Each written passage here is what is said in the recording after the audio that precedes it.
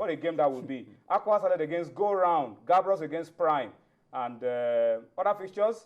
ABS against Insurance of Benin, Ekiti against Abia Comets.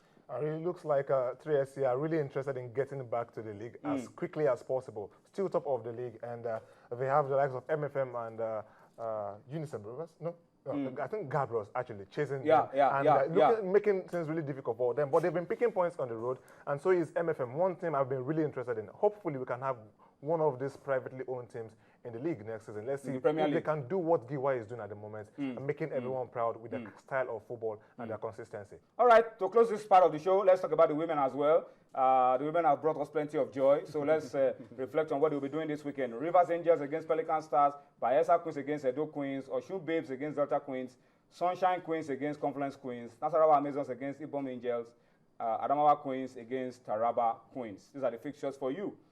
From the Nigeria Women Premier League. All right, let me read a few comments on Twitter before we go on a break and bring in Tunde Ogunshiku and our guest.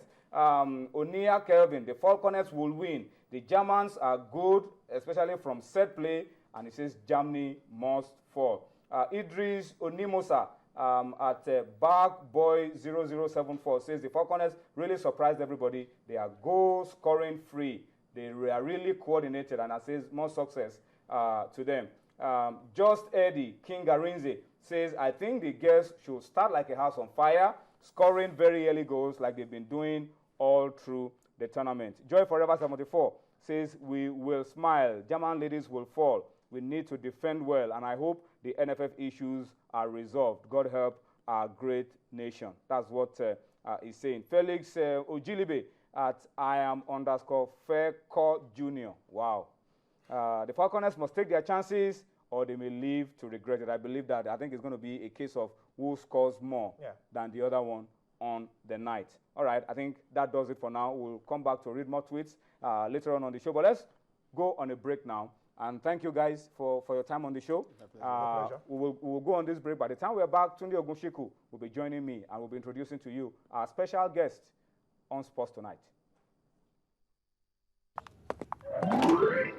Want your bathroom to dazzle? Give your toilet the hypo treatment to brighten and also kill germs, so your bathroom stays disinfected and squeaky clean.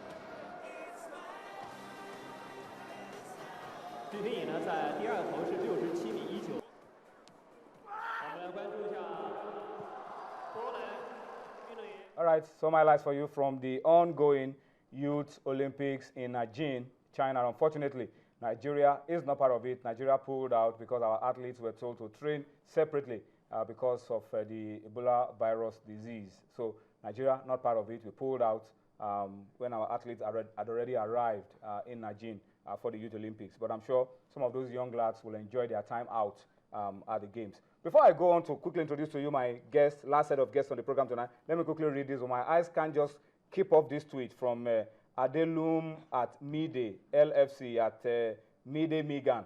says, I can see Nigeria walloping Germany 4-1. The key is absolute discipline. Good luck to us. Good luck to us. All right, that's how I leave that one, arrest that case for now, and come to the studio and talk about Femi Balogun. Does it look like a Nigerian? Femi, good to have you on Sports Tonight. Nice to meet you. Femi represented Nigeria at the just concluded Chess Olympiad in Tromsø. And so we're happy to have him join us on Sports Tonight this Friday. And of course, Tunde Ogunshiku is also on the show. And Tunde is smiling because the Nigerian guy is there. And he did so well for Nigeria. Yes. By the way, happy birthday. Today is your birthday. Yesterday. Happy birthday. Long life in arrears.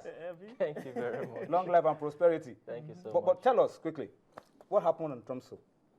Well, Tromsø was a great experience, actually. It was a new city that we ever walked into, up north, 24 hours daylight. Who can imagine? No 24 darkness. Hours daylight. Yes, exactly. That's how fascinating. All day. All day. No night. No night. No night. So you how do you sleep? How do you rest? When your body tells you go and sleep, you go to sleep. Exactly. Because if you don't sleep, you're going to break down. I have to get to Tromsø then. During summer. During summer. Yeah, sure. But talk about the chess. Team Nigeria. Yeah, Team Nigeria. We had a good showing, but it was fun all the way, and it was very great. But due to the weather conditions, I guess we didn't maintain the tempo to the very end. But as at the first half or first quarter of the game, we were on top. What lessons did you learn from the Olympiad that you are sure will impact you in the future? Yeah. Chess is a game that you can play up to you at 90. Yeah, sure. Yeah. 100 even. Once your brain is still working. Exactly. Yeah, lessons per se, it's mostly international exposure. If you're not exposed, you can't compete at the top level. So more exposure we get, the more chances we get to that top. Mostly. It's just like talking about the Egyptians that won the category B section. These Egyptians have been traveling all around playing the international world, competitions. They are well exposed. They are very, very vast when it comes to international experience. So one way or the other, you'll find out that if we can have international tournaments being held in Nigeria, which is very possible. Take like last year's Lagos State Chess Classics. Okay. Exactly. If we can have like more of that, independent sponsors coming in to put their money into chess, we'll find out that our players can actually achieve the Grandmaster norm, the Grandmaster title in a few years, in very, very few years. So one way or the other, the international experience is something that is very, very important and crucial to the development of Nigerian chess globally. We can actually become the best in Africa. Let me stay with you, Tunde. Yeah.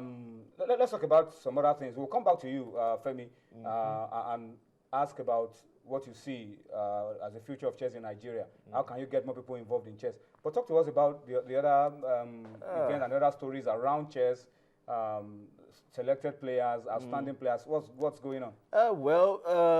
Sinkfield Cup 2014. It's actually the tournament with the highest average rating in history. We have Magnus Carlsen, who is the world #1, Levon Aronian, who is the world #2, Fabiano Caruana, world #3, Hikaru Nakamura, world #5, Vasilin Topalov, world #8, and Maxim Virchia-Lagrave, world #9. These people have been invited to come and participate in the Sinkfield Cup. Magnus Carlsen actually won it last year, and this is the second edition. It's going to be very, very interesting. We're going to be having top players, as in all these players playing the top quality chess that we know them for. And one way or the other, we believe that at the end of the day, we'll all enjoy watching the chess that they'll be playing. And then the Sipan Blitz tournaments will still continue this month with at the usual venue, the monthly event, the monthly Blitz at the Lagos Country Club. It will be holding on the 31st of August, and at the same time, the Lagos State Chess Classics will be holding this year again. The Lagos State